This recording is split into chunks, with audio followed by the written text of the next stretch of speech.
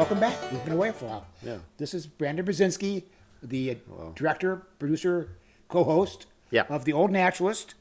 And I am Eric Durbin, the Old Naturalist, The star, the talent, as they say. the talent. And we're back for another episode. Yeah, and this one's gonna be all of them are really all Eric, honestly, but this one is especially all Eric because I do not think, there's a lot of these stories that I've heard, and then I hear them Then again. you ignore them. Yes, you Right. forget about them. I forget about them, and then we do them for an episode.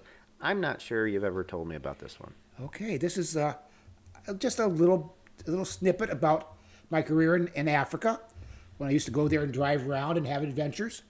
And one time I drove up to a place called Mount Elgon. It's in western Kenya on the Uganda border. Okay. And there's a national park there, which is seldom visited. It hasn't got the big rolling plains with the herds of zebra and antelope. It's a mountain park. It is a volcano. It's forested. It's steep. There's a lot of bamboo forests, a lot of old growth cypress trees. I don't know. It's a different place. Very, very wonderful. So what people usually think of when they think of Kenya, what's the other national park? Kenya? Well, Masai Mara. Okay, is that when you think of, you say Yes. what you typically would think of with Africa, The big maybe? herd of zebra Right. and the migrating wildebeest jumping into Right. the Mara River or the Sand River, Okay. and the crocodiles eating them. And This is not that, though. this is none of that. Okay. It's a very quiet. It's sort of steep going up in there, but it's so rarely visited. The lodge is really just the old farmhouse of the last landowner. I think it's like 2 guest rooms, and the campground. Their campground is simply this little sign that says campground up in the park. You go up there. There's a little sign. No facilities. There's not a table, not a shower, not a toilet, not a water pump. You bathe and drink out of the stream. If you want the water, it comes out of the stream. But it's so great to go someplace. They do have elephants, but they don't have lions, and they feel like you're safe enough it's safe enough for you not to. How do I phrase this? You're allowed to leave your car any place and wander around, Okay. which is not true of the other rest of the parks, because buffalo and lions and elephants can kill you, but apparently they figure there's no danger up in this park. I don't know. Okay. So went up there. That was my first trip into Africa, and we'd been all over the country, and we went up to Mount Elgon. I was with Robin, and we'd gotten in the park and set up camp kind of late in the day, and she was not interested in going out again. But I wanted to see the famous center, the high point of Mount Elgon, besides the volcano crater itself, is the Kitum Cave. Kitum. That does sound, I don't know, like eerily foreshadowing, but The fact that tomb is a name. Tomb. Yeah. Tomb. These are actually, it's one of a series of volcanic caves inside of the volcano, Mount Elgon, and it's the largest, I think. And it's kind of famous because the elephants have discovered eons ago, that the walls of the cave had natural salts in it, and animals are always looking for salt. And so for just forever and ever, the elephants have been climbing up to the bamboo forest and going up over the rocks into the mouth of the cave, and going down into the dark into the cave, and attacking the walls with their tusks and eating the salt. the salt. Really? Okay. And it's just kind of a mirror. It's just amazing. It's just amazing. Using that same path the elephants have pioneered, buffalo, some antelopes, even hyenas will go in there and get salt in there.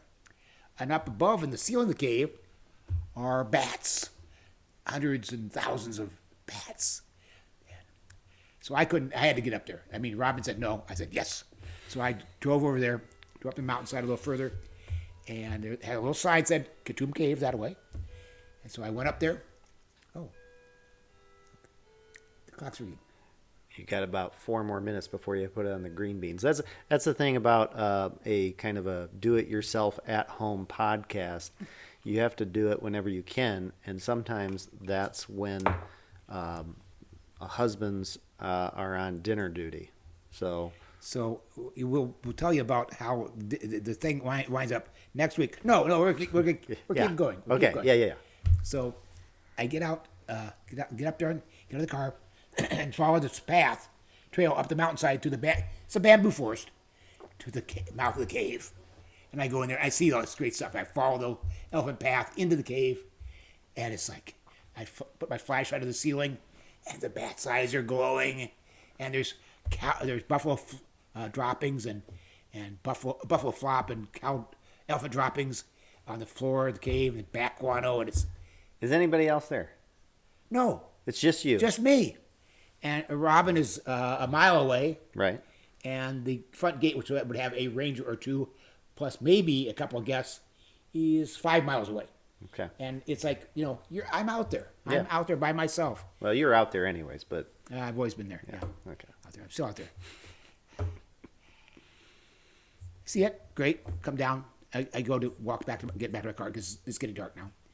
And I come to the cave D. And I followed an elephant path. I realized the path I followed in was in fact an elephant path. And I should have been paying more attention because there's elephants coming from different parts of the mountain into this cave. So I come out and look out from the cave, and there's like paths all over the place. Right. Coming right to there. And I didn't know which one. I was not paying enough attention. I don't know which one is the right one. Oh, okay. So seriously, it's getting dark. It's getting Right. and twilight comes fast in the tropics. So I just pick my best guess and go out as far as I can and still see the cave. I don't want to go too far to not know where I'm at. Right. But no, so I could try come back and do another one. I think it was my fourth. Oh boy. When I got far enough, I went out, and I could see a road way down below me. So I don't even know if it was really the same way I came up, but I don't think it was. But I could see the road down there, so I followed it down to the road and found my truck and made it back to the campsite. And the next day, Rob and I came and You checked it out I in saw the it daylight. again in the daylight. Yeah. Got some pictures, Okay. which you'll probably see in here, Okay. right in here. I hope so. And so that was that. Great. We finished our trip. Went home. 5 years later. Let's see. We were there in early '87. January, February, early '87. And 5 years later, a book came out called The Hot Zone. And this science reporter, factual story, was doing detective work on some of the modern viruses that were threatening the world. Ebola, Marburg, Sudan fever. These are all hemorrhagic fevers for which they're like the top level of dangerous infections, in that there's no treatment and no cure. If you get these, you're dead. pretty much. I mean, they do all these strenuous treatments of your symptoms. They hydrate you. They give you pain relief. You could maybe, if you're lucky, survive. Some people make it through, but Not many. not good. This is not good. And this guy had come there because he had studies they'd realized epidemiologists had tracked down a couple of strange deaths to hemorrhagic fevers. One, a Frenchman died in 1980, and a Danish boy died in 1987, the same year I was there. And what did these two people have in common? The only thing they had in common, they'd both been in Kitum Cave. And the little boy that died in 87 was after I'd been there. So Robin and I are in that cave in our shorts, t-shirts, and sneakers Okay. during this time zone that the place is the hot zone. The hot zone, yes. The hot zone. Right. The author, just because he had to do it, because it makes better writing, Yeah. went to the cave. But when he went there, he went into the cave to visit. Like see a hazmat suit. hazmat suit, Yes. rubber boots, Right. respirator, goggles. Right. And when he came out, he poured bleach all over himself and his outfit and his gear before he took it off. He didn't want to touch it until it's all. Right. But you guys are on vacation. We're in there, and lots of other people have been there. But Yeah. no, Brandon, I didn't come down with it. So, Yes, he is still here. so Well, that's, what did they ever? Now you said that there was a couple of different types of diseases, but let's say the Danish boy who was there the same year. it's funny. The Frenchman died of Marburg, and the little Danish boy died of. Actually, they named the disease after him. But it's a very close related fever. These viruses are very closely related to Ebola and to each other, and they determined that it was the bats. The bats were spreading these viruses at the cave. Okay. I don't know if they ever cleared them out of there or if they ever stopped people from going in. I'm not going back in again and never will. And that's the fact. Okay. All right. Well, that will you ever? You think you'll ever go to Africa again? You know, at my age, It's a big trip. it's a big trip. It's a long, a but the tough flight trip. is, even when you're young and healthy, I tell you Right. that, 17 or 18 hours if you go direct. Right. You could go to Europe and then you could only make like an 11-hour trip or a 12-hour trip from Still a long way. trip. Yeah. South Africa is very comfortable. Has been in the past. And if you go with a tour company, you might, truthfully, you might as well go with a tour company if you can afford it. You know, I drove myself always. I always drove myself, Right.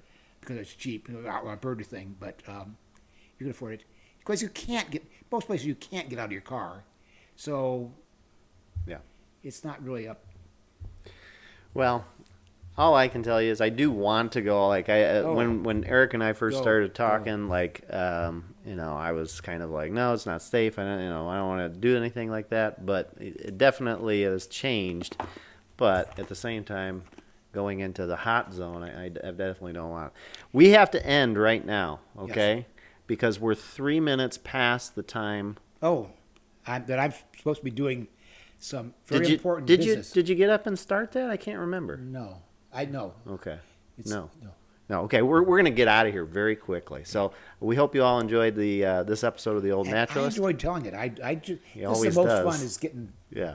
back to the old days. Have a good one, everyone. We'll talk to you Yes. later. Live long and prosper.